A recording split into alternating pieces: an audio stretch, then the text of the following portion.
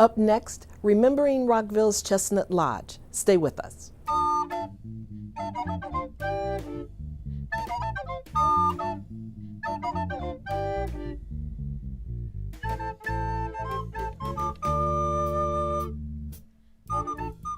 Hi, welcome to Paths to the Present. I'm your host, Gail Street. This past summer, the city of Rockville lost one of its most storied landmarks. Early in the morning of Sunday, June the 7th, Chestnut Lodge, once a world-renowned psychoanalytic sanitarium, burned to the ground. The building had been vacant, waiting for its revitalization into some upscale condominiums. Now there is nothing left of the structure that was first built in 1889 as the Woodlawn Hotel. Today's show remembers that Victorian-era building with a look back at a show we completed in 2003. Then we bring you a success story that will help keep the memory of Chestnut Lodge alive. But first, try your hand at this history quiz. This person achieved many firsts for women in Montgomery County. Born in 1900, she came to Rockville in the early 30s, where she worked professionally for more than 60 years. In 1958, she was the first woman to serve as a foreman of a Montgomery County grand jury. In 1968, she was the first woman to be named Man of the Year by the Rockville Chamber of Commerce. And 20 years later, she was the first woman to be honored by the Rockville Rotary Club. Think you know who this is? Stay tuned. I'll give you the answer at the end of the show. Early in 2003, Paths to the Present devoted an entire show to Rockville's Chestnut Lodge. We had help from Eileen McGuckian, who was then executive director of Peerless Rockville. At the time, the future of the building was in question. It was on the market, and everyone hoped that this wonderful old building would be given a new life. Now, that's no longer possible, and all that's left is photographs and memories of Chestnut Lodge, as well as our video.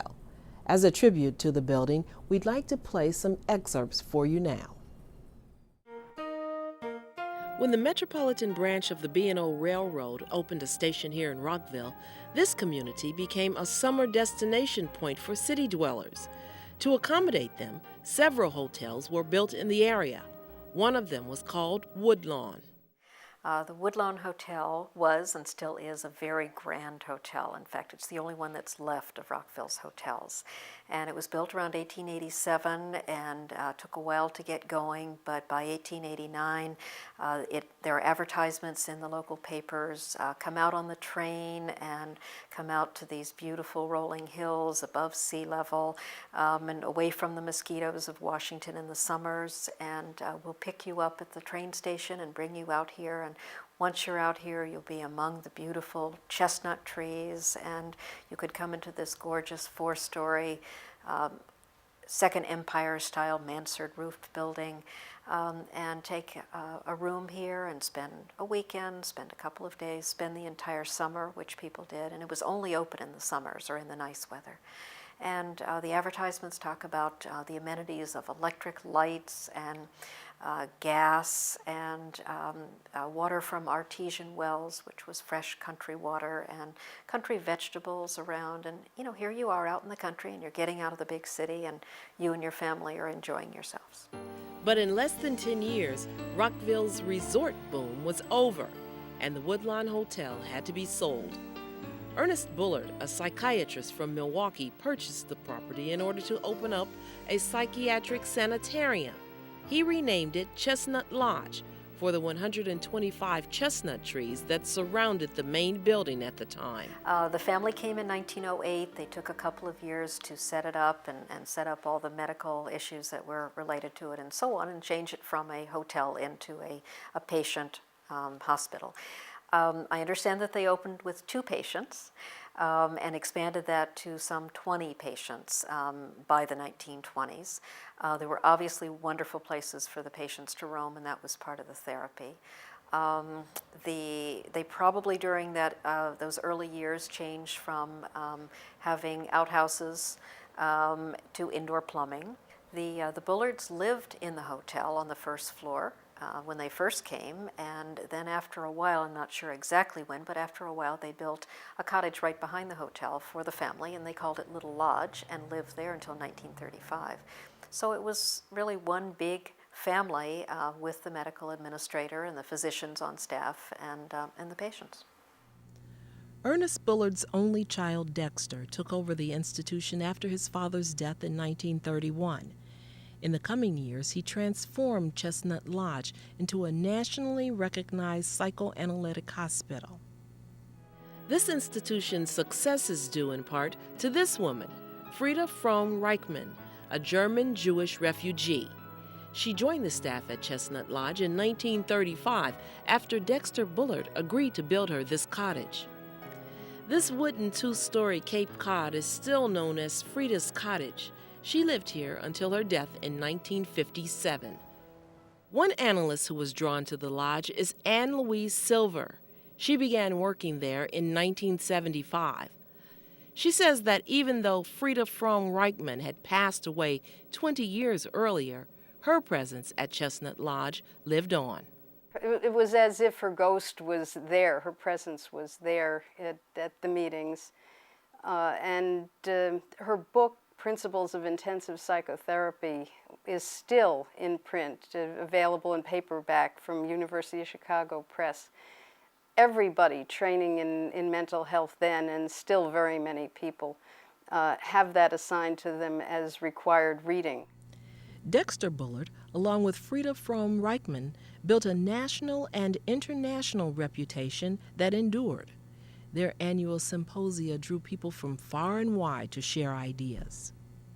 At the heyday, there was a waiting list of 2 years for patients who wanted, or families who wanted their family member treated there. 2-year waiting list, and there was also a 2-year waiting list to come on the medical staff. So it really was an extremely special place, and kind of a hallowed grounds kind of feeling still persists. The building itself became famous as the setting for I Never Promised You a Rose Garden, Joanna Greenberg's 1964 bestseller. In addition, it was the inspiration for the 1964 film Lilith. Warren Beatty and Gene Seberg play star-crossed lovers who meet at a psychiatric institute in a small town much like Rockville. While Chestnut Lodge was not used as a location, many scenes were shot in Montgomery County. In 1969, ownership of Chestnut Lodge passed to eldest son Dexter Means Bullard Jr., nicknamed Rusty. He continued to operate the lodge until his death in the mid-90s. By now, it was a 132-room facility. These modern dormitories were built for the patients. Inside, the rooms resembled apartments. In 1997, the property was sold to CPC Health, who maintained it as a psychiatric facility. Unfortunately, this was the beginning of the end for Chestnut Lodge. After declaring bankruptcy, Chestnut Lodge was sold to the Washington Waldorf School in 2001. Sadly, costs for the renovations exceeded the school's resources, and the property is on the market again. While the future of this facility is unclear, its significance to our community remains. In addition to its history as a hotel and as a psychiatric institution over 3 generations, it is one of Rockville's grandest green spaces. The majestic trees, the open lawns, the beautiful hotel, the historic buildings in the back, all of that together makes a wonderful entrance into Rockville.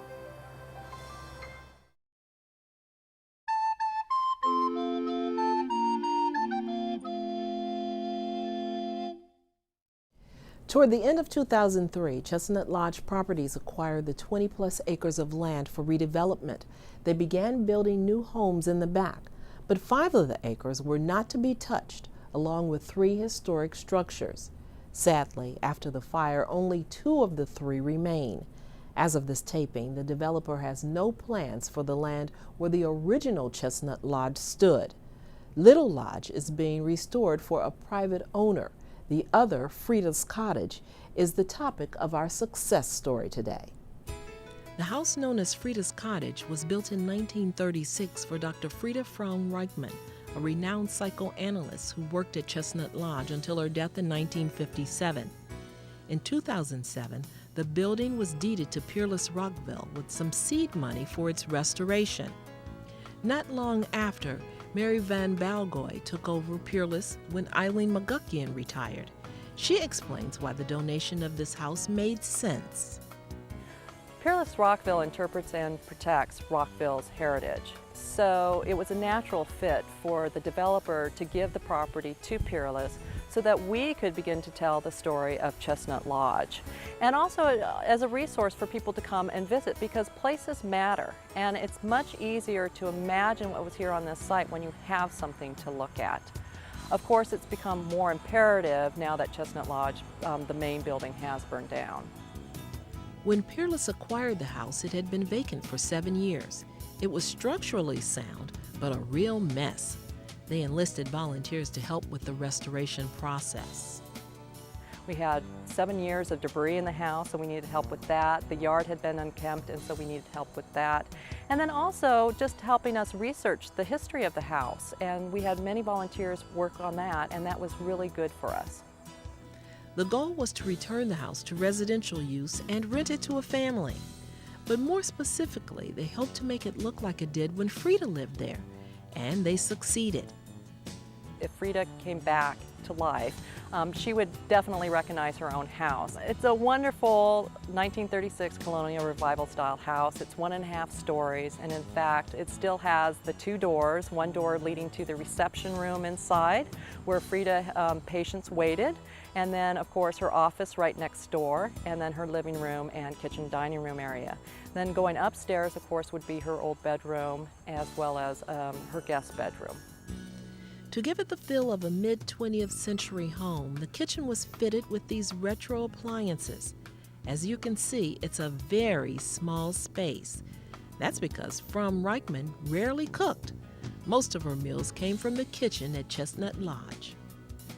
Now that the original Chestnut Lodge is gone, Frieda's Cottage is the public's only link to the sanitarium that once made history here.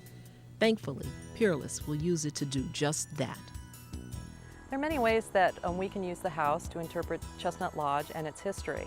One, of course, is to have house tours. The house is open at least 5 times per year.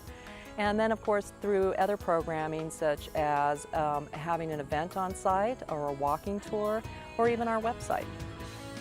An effort like this requires the hard work of many people, and some of the principals gathered for a celebration photo late last spring. The reason? Frieda's College was honored with 2 preservation awards, one at the county level and one at the state. Congratulations to everyone involved.